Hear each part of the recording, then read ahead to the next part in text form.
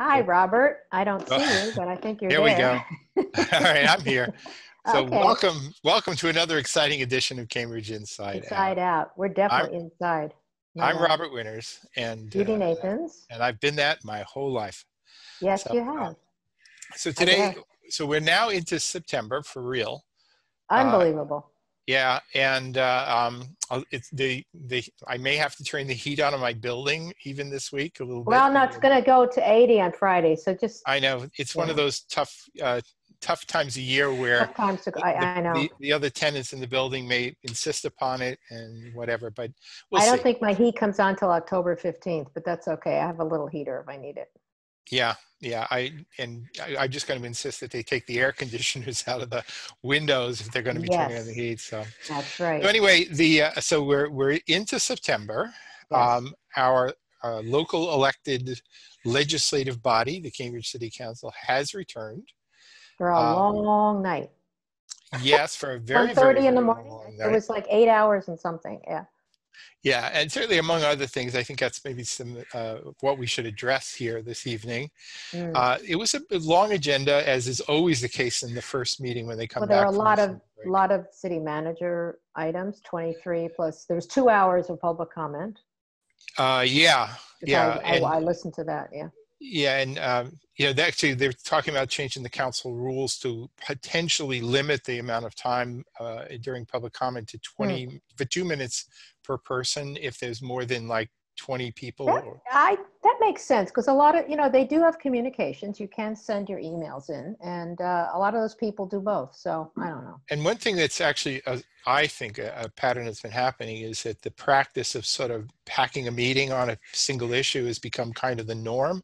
Yeah. So, whether it's, there was a group, I thought they were going to be the dominant group, was the one who were going to talk about alternatives to using uniformed police for traffic stops. But I didn't No, hear they more didn't. than a couple of people that do. No, it was mostly the arts.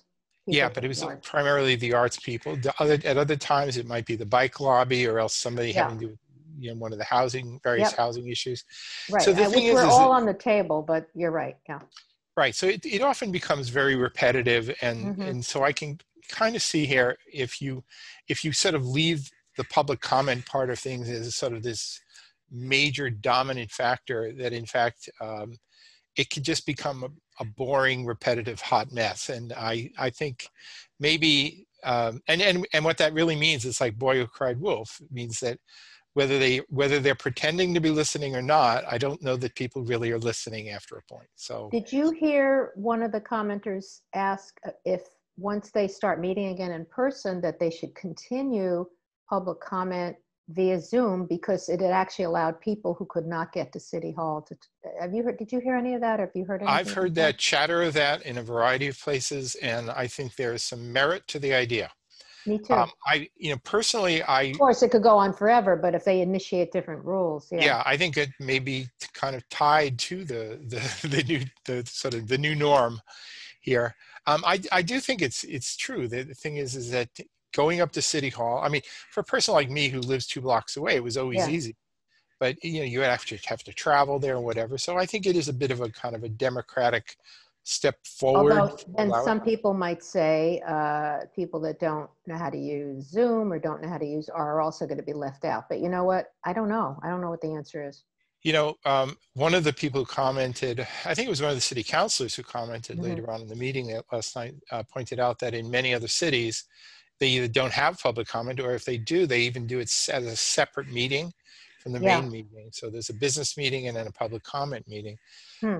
And I could see them sort of, having a session that starts early where everybody wants to sort of put something on the record and make That's sure not a everybody, bad idea to separate it out. if you think about what happened with some of the committee meetings, especially having to do with the affordable housing overlay Yes. issue, of necessity, that's what they did anyway. They just had Hmm. meetings that were just public comment. So they Right. actually, for the city manager issue, which is something we should address, Yes, we will. they also did exactly that, where they had meetings that were nothing but public comment. I know because I participated in Right. one That's of them. true. Because there was such interest that they separate. That you're right. And then the next meeting, when they had discussion, they didn't have to deal with the public comment, which Yeah. makes sense. Yeah. Yeah.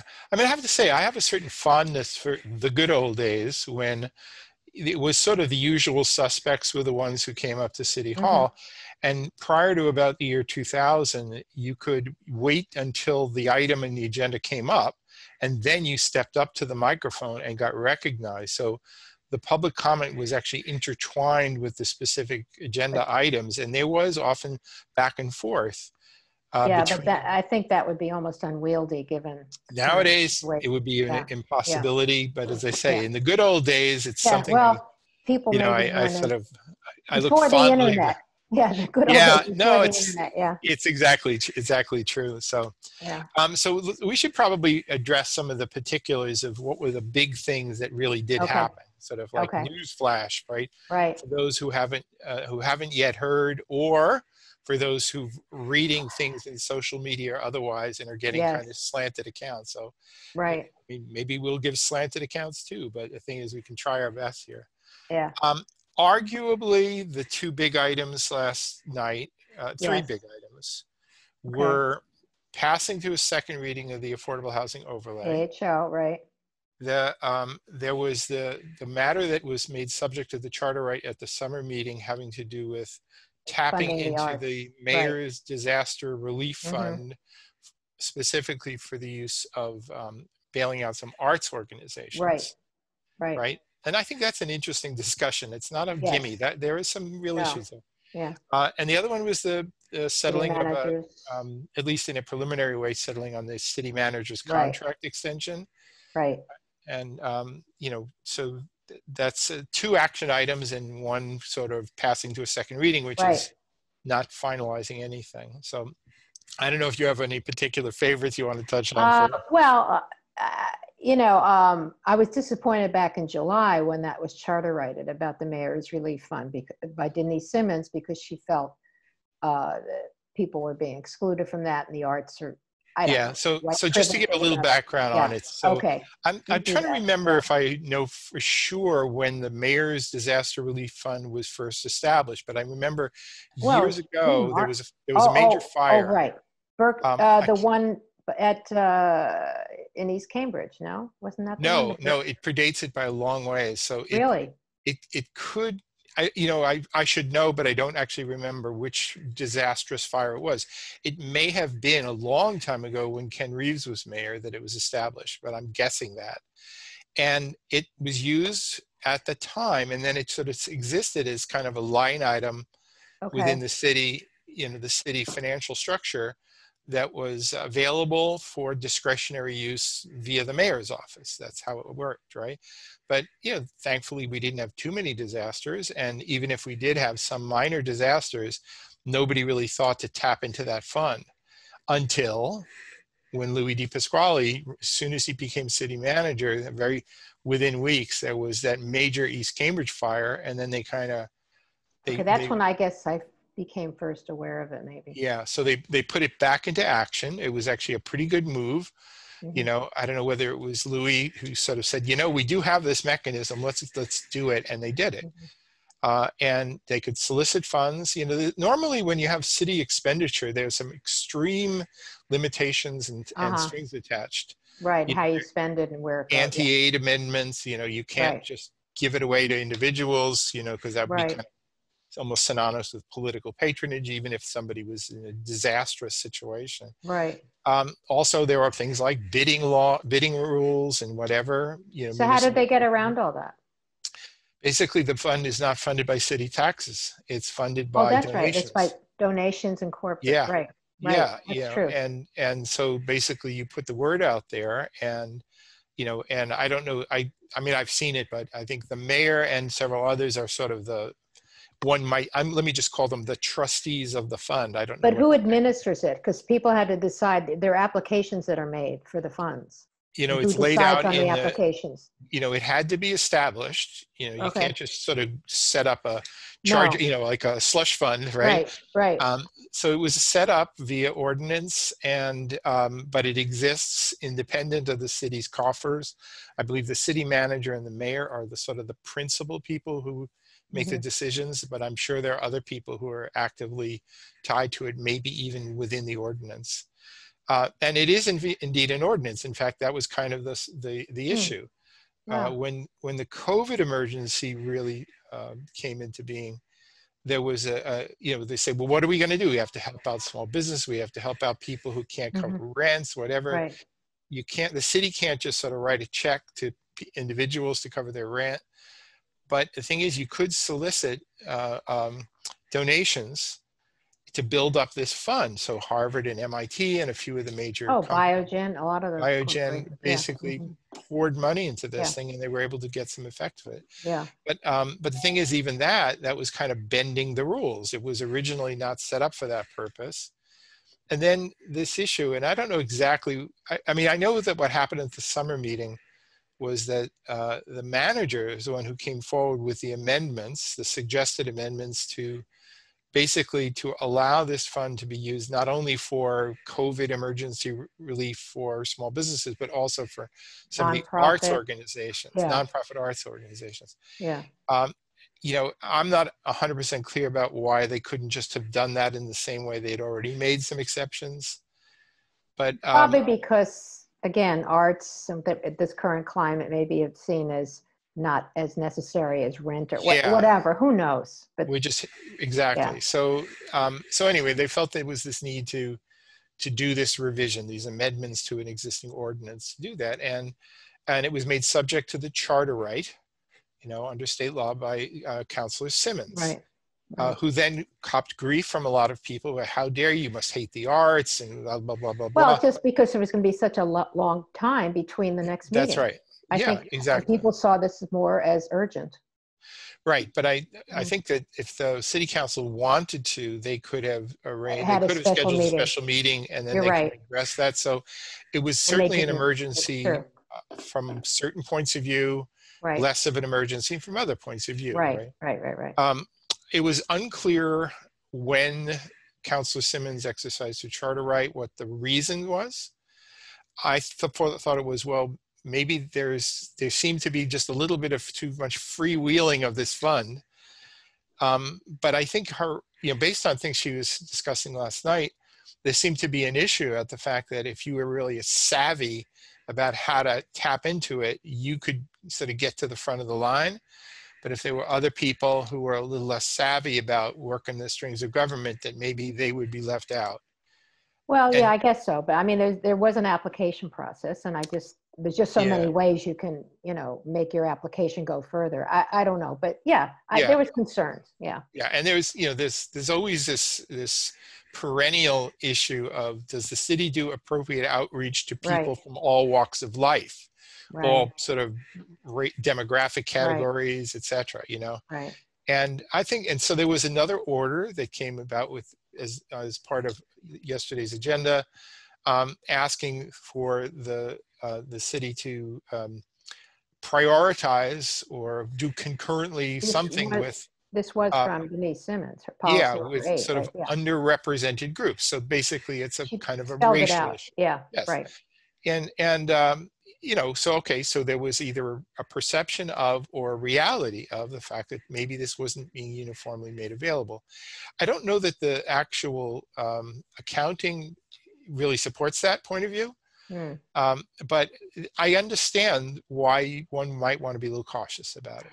But I think, those of us, especially who frequent Central Square, are very aware of how some of these organizations, whether it's dance entities or arts, or Improv Boston was sort of the main one, I think, in this case, how they're struggling, and they may not make it till spring. Yeah, I mean, it was the Central Square Theater. Central Square Theater. Who are a big part of Starlight Square.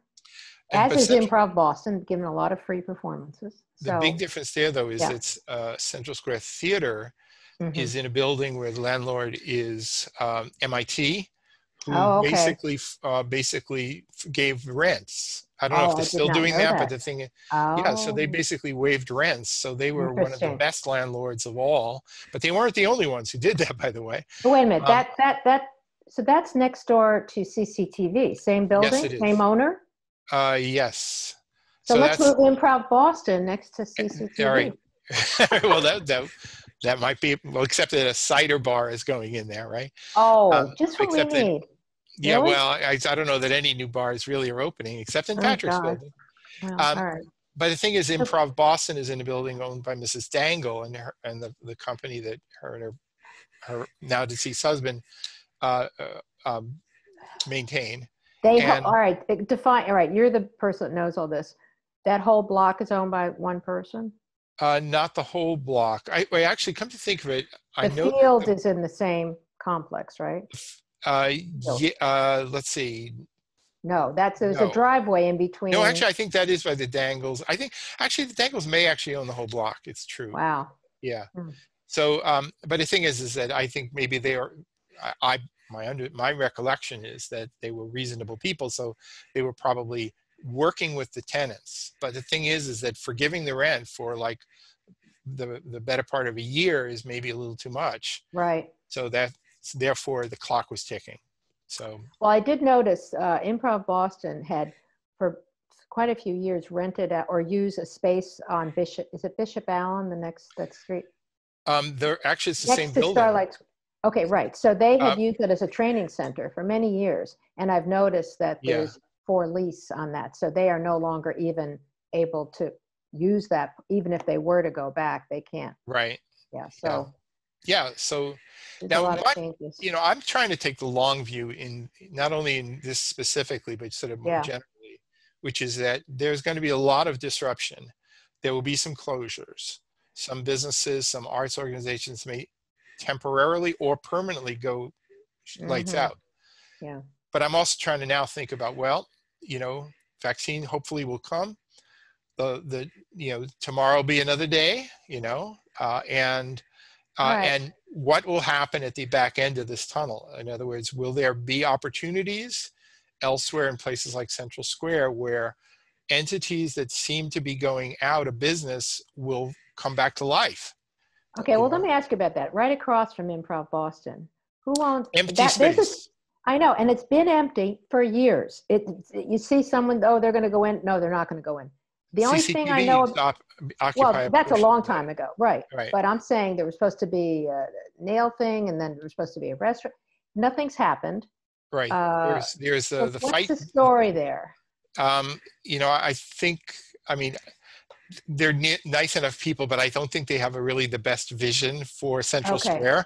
so they don't And care. and they don't. I don't know that they don't care, but the thing is that I don't think they care enough or appreciate enough the really detrimental effect of a vacant space. It's a little bit analogous to Church Street and Harvard Square, where Gerald Chan's plans exist Oh, as with plans, but in the you mean with the meantime, theater? Yeah. Hmm. all of these ancillary businesses that exist up and down Church Street, which are very much dependent on people going to and from a movie theater or other entity there, they've all been struggling because this was an essential piece of their economy, the local economy there.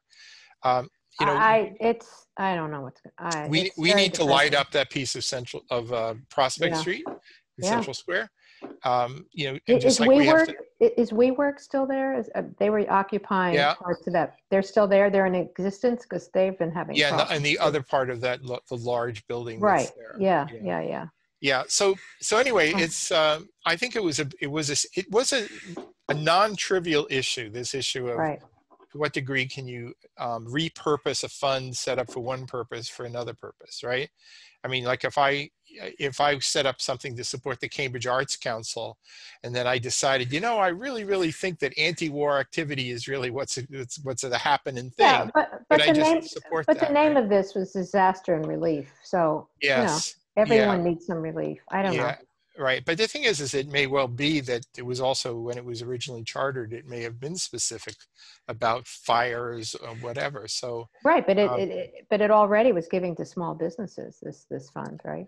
I know, but the thing is that there are kind of emergency rules, like the Uh, Community Preservation Act had, which is yes. another issue that it was Right. probably That a came big up. last night. Yeah. That was established for historic preservation, open space acquisition, Mm. and affordable housing. Oh, the 80-10-10 thing? Right. Yeah, And they voted on that last night. But the thing right. is that the fund balance that existed in there was Uh-huh. used for COVID related matters this year, Oh, okay. and the CPA fund basically got some okay with the state to do that. I don't know whether they had to Okay. pass some legislation to permit that, So There there was a has lot been, of things that got passed this year, because of the emergency on all yes, levels. yeah, and I'm a person who likes the color gray.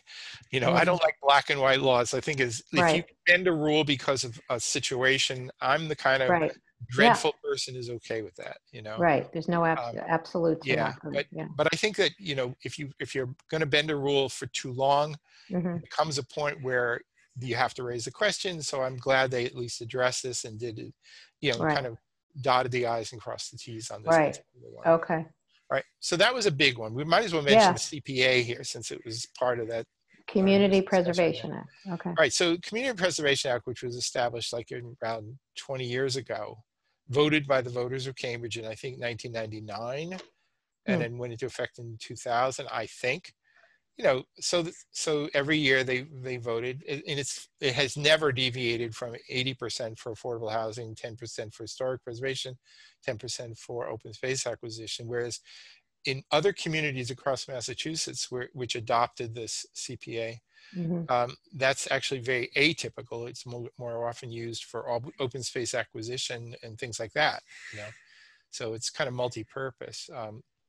You know, I've always had a little bit of a question about the thing. Well, if it's always 80-10-10, then are you really voting on anything other than the Yeah. specific projects?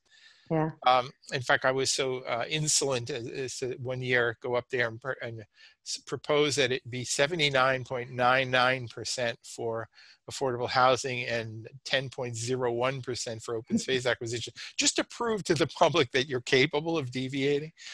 They never did it, of course. So there was actually some smallish group of people who were advocating having it go 60-20-20 this year, but it wasn't going to happen, and Mm. largely because the 9 people who are appointed are pretty much by agreement dating back 20 years they're already committed to having it always be 80-10-10. How long do they serve? I think they serve for 5 years. I could be wrong. It could be shorter. But the Hmm. thing is that, there was kind of like a wink and a nod with the city council back when this was first allowed to go onto the ballot, Hmm. that it would be done this way. And Yeah. we've now we're on our 3rd city manager during this era, and they've all sort of adhered to that agreement, essentially. Hmm. I mean, I personally, I think all such things like this, which are kind of outside the usual city budget, really should have expiration dates. Not that I want it to go away, but Hmm. where it has to come up for review, be put to voters. You could make it to 3% surtax or 2% or 1%. We're 3, right? So the voters of Cambridge forevermore want it to always be 3% surtax, or would they want it to be 2 or 1 or have it go away entirely? The voters are no longer really given a choice in this. It's sort of Hmm. been locked in as a permanent fixture now. So anyway, in the end, they took 18 separate roll call I know. votes. I remember someone asking, do we have to Boring. vote on all 18? Yes. I don't actually understand what I don't aspect in either. state law requires that, Yeah. but they did. And anyway, Yeah. so it's pretty much pro forma. As Mm. I often say, I don't no longer even go to those meetings because Mm. there's nothing really being decided other than what's Yeah. your favorite project to fund, and other than that, the allocations are pretty much locked in. So anyway, so that was another of the big items was the CPA. We're going to have to take a break in about 3 or 4 Well, minutes here, 3 but minutes. Yeah. yeah. So probably should mention just a couple of other things, because we'll come back and we'll talk about the manager's contract, which I think Right. is kind of a pretty serious thing. I don't think it gets a whole lot more serious than that, actually. Yeah. Actually, let me just sort of say this right now, just in terms Yeah. of upcoming events. So they finally put it on the agenda for a hearing schedule for September 23rd, I think at What's 5:30 that? is a special city council meeting on the topic of charter review. Oh, is this Right. about Plan B or A or whatever Plan E? Well, we're a Plan E city. All right, Plan E. I don't know. Right. And, periodically people raise the issue, well, you got to get rid of that crazy system. And sometimes it's people who Okay. don't like proportional representation elections. Right. Sometimes it's people who don't like having a city manager form of government. Right. Right. Usually, my own personal opinion, it's usually because somebody didn't get what they wanted. So Uh-huh. therefore, it's time to burn the house down because, so, I mean, like, for example, there's at least one city councilor who's of this mistaken belief that if there are 5 out of 9, a simple majority of city councilors, and they see, Mr. Manager, we think you should do that, that the manager necessarily must do it, That's right? not true, though, is it? That's not really the Oh, idea of planning. I mean, the thing yeah. is, what it means is that it's a strong indication that that's what the counselors Should may want, want. but the manager still has to be a manager. And if there's a compelling reason why it shouldn't be done, the manager has the flexibility to say, I'm sorry, city councilors, but I really can't do that. Now, if he continues to do that in defiance Yeah. of city councilors, then they can replace the manager. That's how it But works. wouldn't that be true if he was a mayor? If they said, No, mayor, you should because do a this? mayor A is may directly elected by the Oh, people, and then right. So he doesn't have to answer to the city council either, does he? A no, mayor? no, no. In Right. fact, So I'm, in state law, the city yeah, manager, once hired, though he yeah, serves at the pleasure of the city yeah, council, the city manager is effectively the mayor. I mean, if you, in yeah. state law, if wherever it says mayor shall be blah blah blah blah blah, it Uh-huh. is He just in a substitutes for the city mayor. with a Yeah, city manager form of government, that is interpreted to mean the yeah, manager shall, right? yeah. And we're So not the only city that has this form of government. People have we're the other. only one that has the full original planning Oh, okay. structure, because we're the only one that still has proportional representation Oh, election. right. Right. Otherwise, we'd Okay. be like Plan D or something like that. Right. You're right. Lowell, Okay. Worcester, several other cities Worcester, were right. planning Yeah. cities at various times, But we're the only one So, with PR. That's interesting. and we're the only one that continues Okay. to use proportional So in representation 9 elections. seconds, we're going to take a break. That's right, right. So anyway, so that's on the 23rd. If you're interested in the issue, Yeah. come to that meeting. Okay. So, See you all right. soon. We'll be So we'll right see you back. soon. All right. Meanwhile, for the Meanwhile, rest all of right. So I us, should put that down. Is that like a 5:30 meeting or something? that is a 5:30 meeting. I believe it's on September 23rd. Yeah, Okay. Wednesday, September 23rd. Yeah, it's a I can only Wednesday. come in. I can only arrive for the beginning of it because I'll have to teach a class at 7 or 7:20, I think. So maybe I Oh, could stick okay. around for a little piece of it. But Charter review. So when's the last time they did something like this?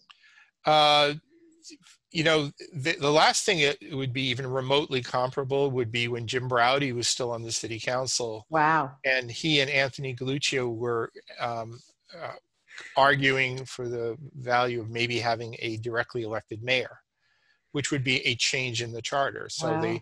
they convened some hearings. They had Tim Murray, who was then Huh. mayor of Yeah. Worcester, and the city clerk of Worcester come out to the city hall in Cambridge to sort Wow. of say how well it's worked. I went to those hearings, and Wow. I caught the then mayor of Worcester in a lie. Wow. Really? But yeah, so the thing is so it happens, but usually it's because at the time, I think Anthony had wanted to be mayor again. Mm. And this is nothing negative about Anthony. He wanted to be mayor Mhm. again, and he was very disappointed that he couldn't be mayor. He thought he was the most popular person who would have been a popularly elected mayor. So he naturally thought, well, maybe I think I like the idea of a popularly elected mayor. And I think Jim did as Ah, well. yeah. So they had the hearings, but ultimately they laid out all the ways in which that change could happen. But ultimately it really didn't go anywhere, you know. Hmm. So it's not unique that the discussion of charter Yeah. change and charter reform comes up, but it's been a while. Uh-huh. I think that what's behind it now is honestly it's a little bit kind of trivial, right now. The municipal broadband issue was sort of a big one, right? Where it looked like Right. the manager was being very Really reticent, just not stonewalling interested. everything. Yeah. Mm-hmm. Yeah, but the thing is that, but there were other things. People will say, what kind of a system? I was looking at neighborhood listservs. People were very upset because Yeah. the manager, he didn't do anything when we said you should be shutting down Memorial Drive, Oh, God. and we Oh, we wanted to should have, talk about the shared street thing because I all was right, but interested what the bar said.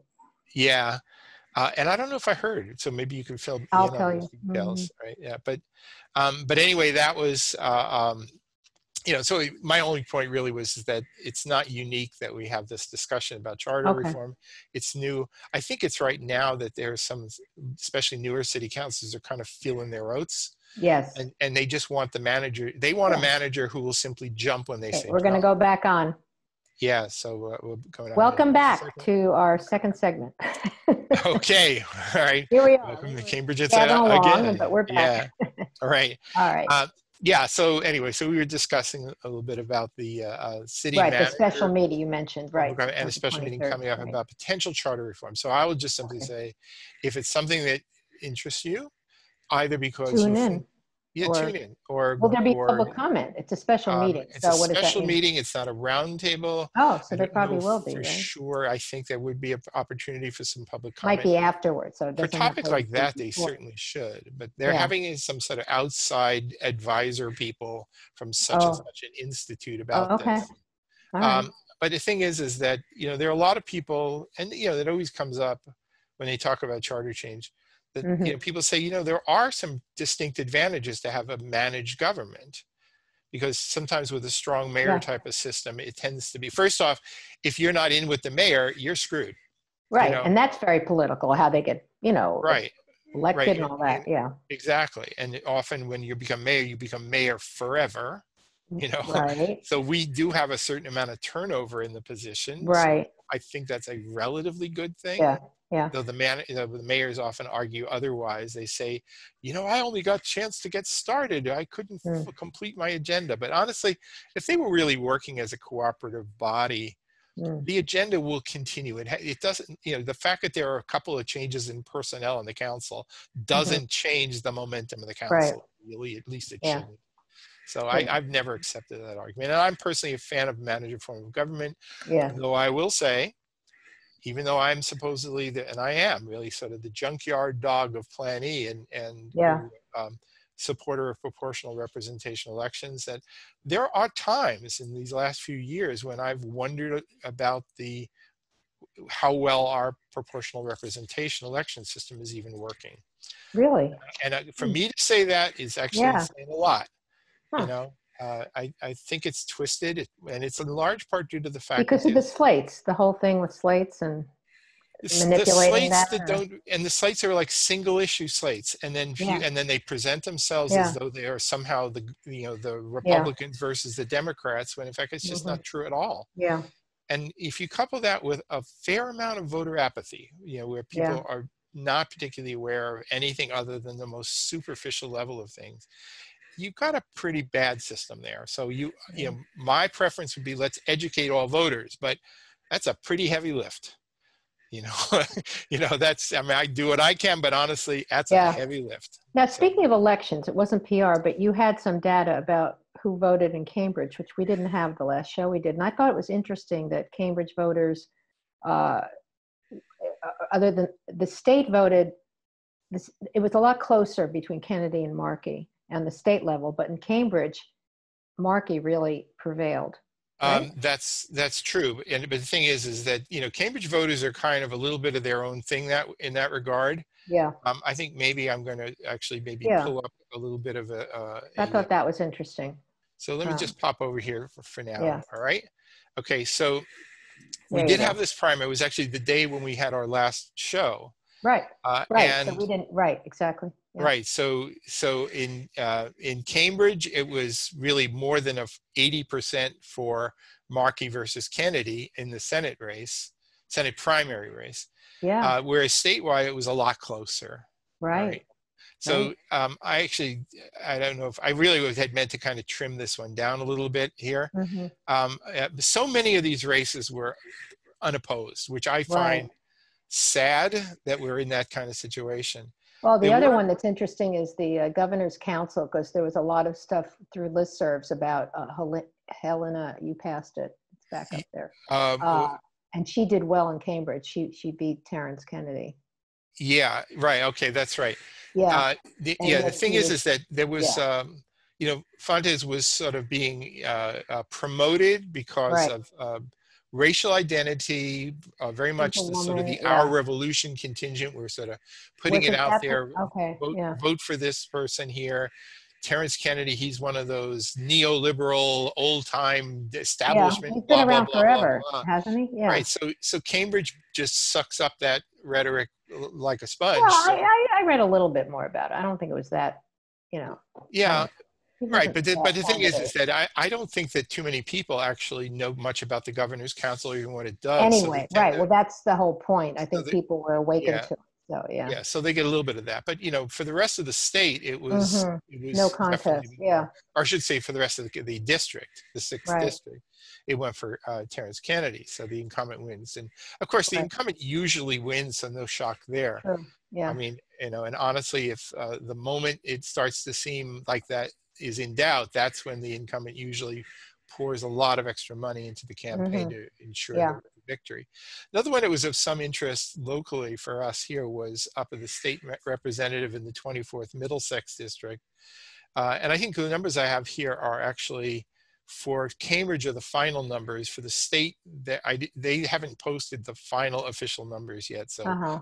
those are sort of election day totals or day Why, after election day why is totals. that one interesting to you? Well, because the thing is, Jennifer Fries was actually the Cambridge candidate who was sort of trying to unseat the incumbent, Dave Rogers. The incumbent is Dave Rogers. Okay. Yeah, and Jennifer actually beat him handily in the two precincts that are part of Cambridge, but most of the district is outside of Right. Cambridge. Right.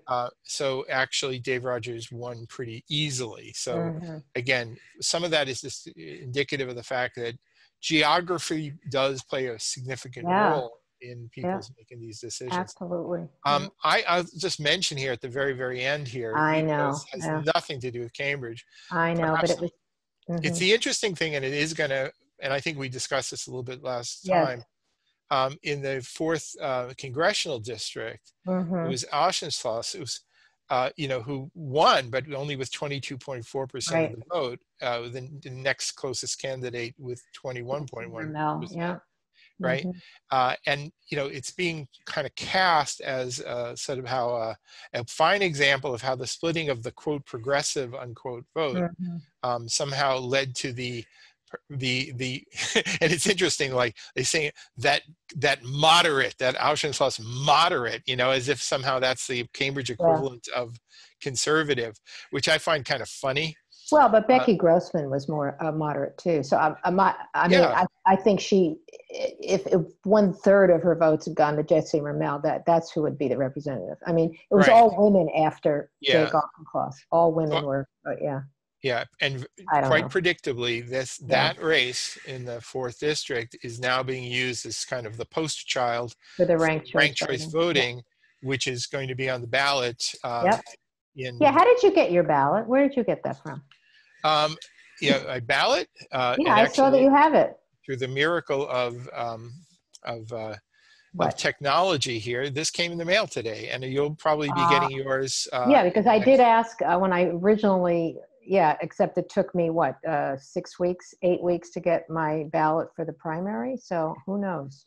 Yeah, well, the thing is they just send these things all out in mass, and the thing is they're not Okay. individually addressed. It's pretty much one per household, so the mailman just has a big stack of them and just drops them off.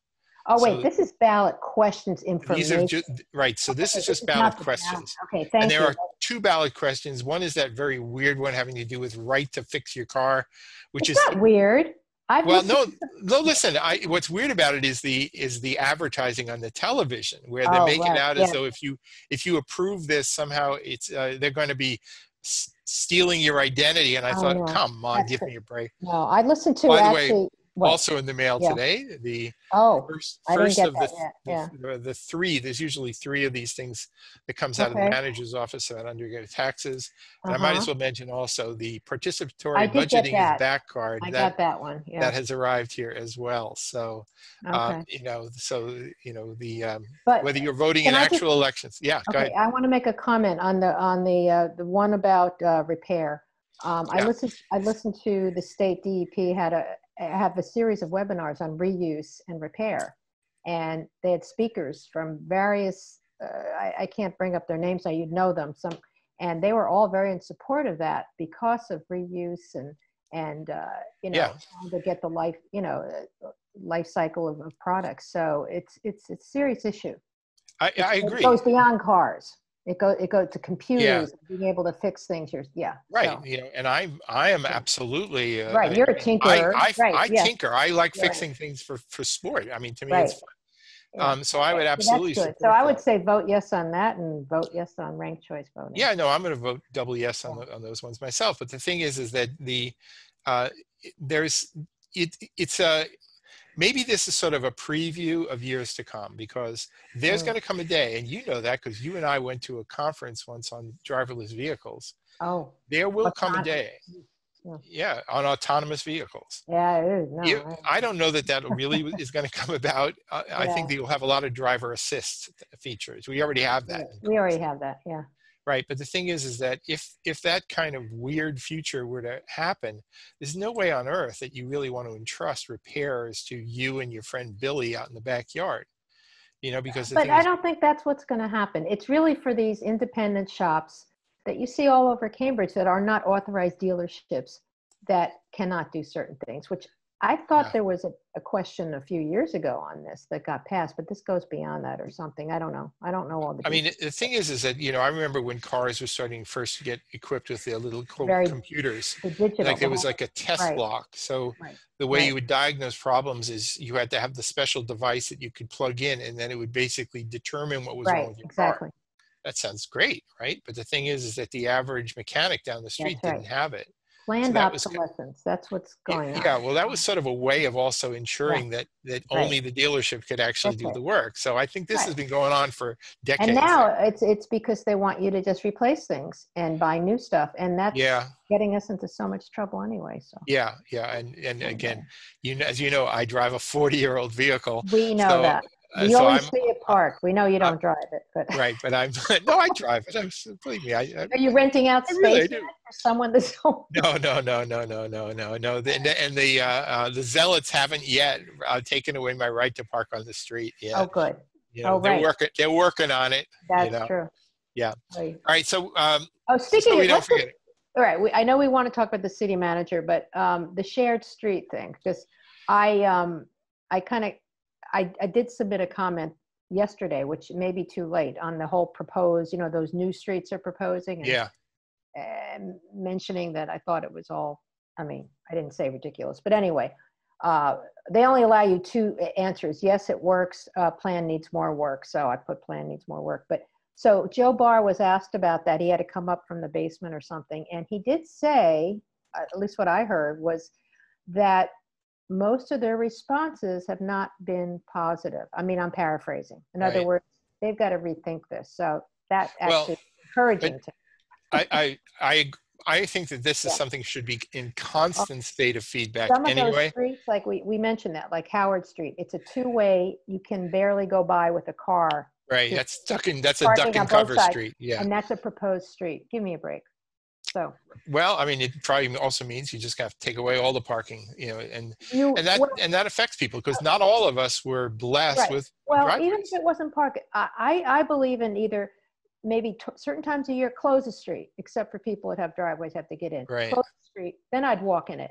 Like Yeah. I don't mind walking on Memorial Drive when it's closed. Yeah. I'm not walking on the street that's got My considered opinion on this is that there are some streets, and some of them are in place now, which are naturals for shared streets, like exactly. Blanche Street, which actually hasn't really seen what it could be. Right. But these are little sections. Yeah, but could you make a portion of Church Street? Palmer Street is certainly one of those. Well, there are some Harvard others. Square, I mean, I could see not allowing cars in certain. Yeah, and you could select a number of streets that are Right. kind of neighborhood streets in various parts of the city But where. not some of these proposed, just because some Right. this is a good idea. Yeah, but I think a lot of this is, and I think we've said this before, but I think a lot of this is it's basically the bicycle plan. It's the Basically cyclists and the people that hate cars. Yeah. being made real in a kind of an indirect way. So they're like saying, well, we don't want to wait 5 years for the plan to roll out here, so let's just push this through now. And the reason why I can say that with some certainty is that I know the names of the people who are advocating, and I say, yep, same people. Okay, so Does that dovetail into the cycling ordinance, which I have to admit, I've never really read. I don't know what it entails. I guess it came up in the final. I think there's actually a legal question about Really? the appropriateness of the cycling safety ordinance, and it basically it says the manager shall do this, the manager shall do this, and if the manager, basically gives only the least amount of flexibility to the city manager and the city departments in making determinations about this. So in a certain sense, it's basically the city council who passed the ordinance basically saying, Mr. Manager, you no longer have the right to make decisions about what constitutes best plans for transportation around in the So city. what were the votes last night then? Is this already an ordinance? Amendments. There was an amendments one to was it, and 5-3 and one was 6-1. yeah, and I honestly I didn't read through all. I'll confess to that. So the amendments. So the ordinance exists. When does it go in effect? It exists. It's in effect now, but the thing is that what they're basically saying, you shall do this by such and such a date. So there were some specific amendments like that. Councilor Toomey had put in an order basically wanting to, which actually prevailed. It was sort of embedded in the report. That was the 5-3 one, I think. The Cambridge. Yeah, and it kind of puts a little bit of a hold on Cambridge Street, sort of the Cambridge part of Cambridge Street, rather than basically saying, let's just get rid of all the parking, whatever. Because, as one of the councilors, I think it was Denise Simmons pointed out, there are no parking garages to speak of up there. So the businesses along Cambridge Street are absolutely dependent on the metered parking right along Cambridge Street. The residents, they can either walk there or they can park on the side street with their regular resident permit, right? But, so there's an issue here. And, but, and again, I don't want to go harp on the whole business about the cycling, but there is a certain zeal to them that says, we know what is best and you shall do it. And the city councilors basically are suffering from Craig Kelly illness, which is, the phenomenon that says that if you even slightly deviate from what this particular lobby wants, we're going to run you out of office. Why do you call that Craig Kelly? Because Craig Kelly is a person who was arguably the most cycling-oriented councilor ever, but he didn't agree with the particulars that is what they wanted. We miss his input. Yeah. And so basically he was defeated in the most recent election. I know. While other people who basically said yes to anything and everything that particular lobby wanted managed to do better. So yeah, you think the councilors aren't going to pay attention to that? Of course they're going to, so there's a lot of heavy-handedness politically that's going on there. And, and that's not the only issue where that happens, but that was a big one. I know. So, by the way, just as sort of a side note here, there was a proposal that's only marginally related to, it was made subject to the charter right by Simmons, but to redefine some of the streets in Harvard Square, close some streets, make one-way reversals in order to, again, supposedly because of the COVID-19 and accommodation for. Well, it was also the bicycling accident. Yeah, but the bicycling accident, I think, was addressed rather well by doing the lane reduction. They put in the white funny posts along Mass Ave. And I felt at the time that would work well, and they did it, and I think it's going to work fine. I saw one of those posts somewhere completely knocked off, so I don't know. That happens all over the place. Okay, all right, whatever. Yeah. So we should really address the manager issue, because I think this is something that's the last sort of been made. Yeah, I mean, the affordable housing overlay passed to a second reading. There wasn't a whole lot really. I don't want to talk about that. I know how you feel about it. I don't feel that way. But so the thing is, the manager's contract, that's something that was sort of a big deal. And they had to inform him by September 14th, which was yesterday, of their intention to I didn't realize contract that. and extend it. So, sense. I had hoped it would have happened a little bit earlier, but this is not a councilor that seems to understand the concept of clock. Right. So anyway, so it came up, it fell to Councilor Simmons to work directly with the manager to kind of negotiate some kind of an understanding for a contract. And, and originally it was going to be a 24-month extension, which then got dropped to 18 months, apparently with the blessing of the manager. Meanwhile, some of the residence alliance kind of people were saying like, no, no, no, no, no, everybody, you should say 1 year only with a 6-month option. So those What's counselors, the difference? 18 months? What's the difference? it's a matter of which particular political group you want Yeah. to play Okay. to. To me, 18 months, honestly, the process of seeking the next manager itself was going to consume such a portion of that. But the thing is, what made it interesting in the wee hours of the morning was the specifics in the contract. Now, I have put up the words of the contract on my website for many years for Bob Healy, Richie Rossi, and now Louis DePasquale. And in fact, in one rather spectacular example where my name came up on the floor of the council, where they had to amend the contract several years into it, Bob Healy noted that there was an indemnification clause that had been left out. Wow. And he discovered that only by looking at it on my website. Oh, and then the council had to change it, because what it meant was if there was a lawsuit, and there were lawsuits against the manager, that he might be personally responsible financially for any damages or whatever. So they had to fix that. So there is at least some history that they don't always get every T crossed and I dotted. Okay. And all that right. was they part should. Of right. So the thing is, the manager talked with Councilor Simmons. The word went to the city solicitor. Language came out. It had a few glitches, and there was some confusion in there too. Yeah, I didn't listen to any of that because I just the current contract allows for 2.5% cost of living adjustments annually, which is what pretty much sort of typical for city workers, right? So nothing unusual about that, really. But the specifics of the contract extension was that at the time of signing that there would be a 2.5% increase, and then went on July 1st, and then the following year on July 1st, even though the contract ends 4 days later.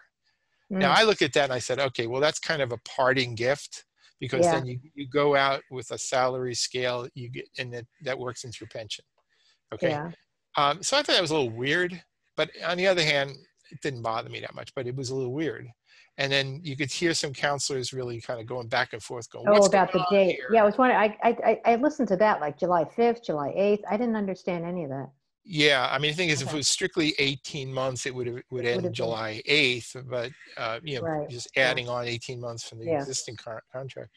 Anyway, it was they were playing kind of fast and loose, but in the end, I think it's fair to say that there had already been an understanding amongst at least 5 counselors that they were going to be okay with it, and that this is what the manager wanted. And maybe there is some truth to the suggestion that the manager wanted to get the extra increase there, because honestly, I think that if you're doing a good job as a manager in the midst of the biggest catastrophic situation in 50 years in the city, and you've got half of the city councilors basically treating you like you're some sort of schmuck.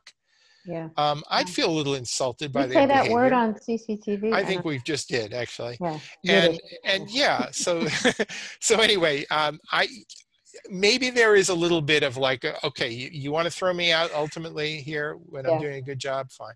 On the other hand, maybe Louis wasn't going to work forever anyway, so who knows, But so I don't know exactly how to interpret it, but the bottom line is they agreed, they passed the order. Of course, it ain't a contract until you sign, right? So there could be, I suppose, some change to that, But they did inform. Was it unanimous? No. No, 2 people. In the end, it was 6 to. It was reported Somebody differently was in different. Absent, or whatever. Dennis Carlin, I believe, was gone by then. But if you go to the city clerk's page, it makes it look like it was a 6-3 vote, but I think it was 6-2 to 1 with predictably Zondervan and Sabrina Wheeler, basically would prefer to install a Martian rather than Louis at this point. So, so anyway, so that was that. And so it's essentially done. So at some point there will, I think by popular demand, there will probably be a call for an evaluation of the manager, which they should have been doing, and they have. Right, I did hear that part, and that makes sense. There hasn't been any accountability type thing. Well, I don't know. Yes, and I think about that. I say, when I've been there for evaluations of Bob Healy going back to 1993, which Yeah. were just, it was just a nonsense show. Okay. You know, to me, you know, I'm going to make a point here, Yeah. and some can disagree with this, which is that the manager is in a constant state of evaluation by these counselors You know, every single week. you're right about that. I was just thinking that in some sense, he's always out there. He's You always always, out there. and especially now, it's like he's Yeah. like Yeah. really got So to be are accountable. they going to like put together a questionnaire and a formal thing, and they're going to do some statistical analysis on how well he has met this, and we're going to do score things, and Yeah. well, he gets an 8 out of 10 for this, he gets a 1 out Yeah. of 10 on municipal broadband response. Is that really what they mean by an evaluation? Because honestly, I think he has been fully evaluated Mm-hmm. in place the whole time through. But yeah, if there is to be a formal evaluation because the contract said it, then they should at least do that much. Yeah. All right. But then, you know, the process, you know, if indeed they're going to seek us the next manager, even if it were Louis again, but I don't think that would be the Oh case. no. Yeah. But the thing is, you know, they have to kick off the intergalactic search, Yep. and that's not easy. Nope. And you usually hire a search firm, and there are reasons why some people will or will not choose to seek the job. Yep. And, you know, and you got to do everything by the book, and it takes a lot of time. I think Councilor McGovern pointed out that even when we did it all the right way with Louis last time, it was 8 months minimum. Yep. And it probably, with this group, it would probably be more. And the notion is somehow, don't you know, it's a pandemic and everybody's out of work and there'll be 1,000 candidates. Oh, yeah, right. No, No, and I another think thing so, too yeah. is, as you know, just to sort of help him out on this, Yeah. the thing is there's a truth here too, which is that you're not going to usually come in as somebody with no experience. You've probably already been a manager somewhere, and you want to be able to carry over your pensionable years, True. which means you typically will see Right. Massachusetts candidates as Yeah. opposed to candidates from Good far point, away, 'cause it's Massachusetts. but they may Yeah. not want that. So Yeah. they're going to have some issues there. So Anyway, so we're winding down here, Robert. yeah, We should tell people we're not going to be here till the first Tuesday in October. for the October time something. being, we'll be doing first and third Tuesdays. Right. So I guess we'll Right. stay tuned. And we didn't get to see any of your photos. We'll do that next time, maybe. That's right. That's right. Yeah. But anyway, go to the website. You can see them. All Okay. right. Bye-bye. Anyway, see ya.